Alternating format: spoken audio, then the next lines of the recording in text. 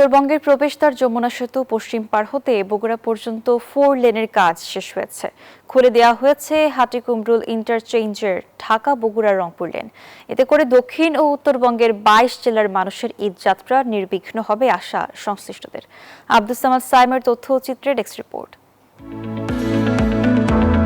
মহাসড়কের সিরাজগঞ্জের অংশের কাজ প্রায় শেষ হওয়ায় খুলে দেওয়া হয়েছে 4 লেন মহাসড়ক। এছাড়াও যানজট নিরসনে গোল চত্বরে নির্মাণ করা হচ্ছে ইন্টারচেঞ্জ, যার কাজও প্রায় 70% শেষ। চালকরা বলছেন ঢাকা বগুড়া রংপুর লেন খুলে দেয়ায় যানজট একমাত্র স্মার্ট সিটি বসুন্ধরা, আধুনিকতায় এক ধাপ এগিয়ে।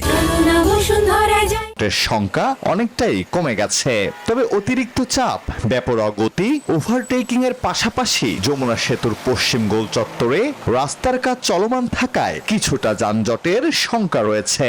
যমুনা সেতুতে গোল চক্কর, এখানে একটু কাজ চলতেছে, ওই কাজটা যদি একটু দ্রুত হয়ে যায় তাহলে যানজট আর হওয়ার সম্ভাবনা নাই। গাড়ি নষ্ট হলে যদি সরা দেয় তাহলে আমাদের এখানে যাত্রী থাকবে না, আর যাত্রীগুলো আরামে বাসায় পৌঁছাতে পারবে। পুলিশ ভাই কর্তৃপক্ষরা কাজ করলে অবশ্যই আরো সুষ্ঠুভাবে নিয়ন্ত্রণ করলে অবশ্যই ভালো হবে। হাটিকুমরুল ইন্টারচেঞ্জ কেন্দ্রিক কোনো যানজট হবে না বলে আশা সংশ্লিষ্টদের।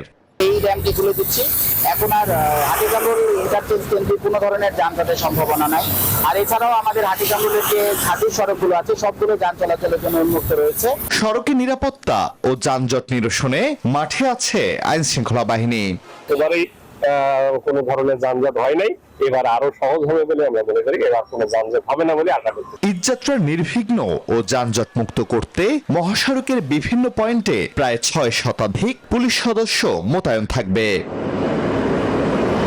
Desk report, news 24।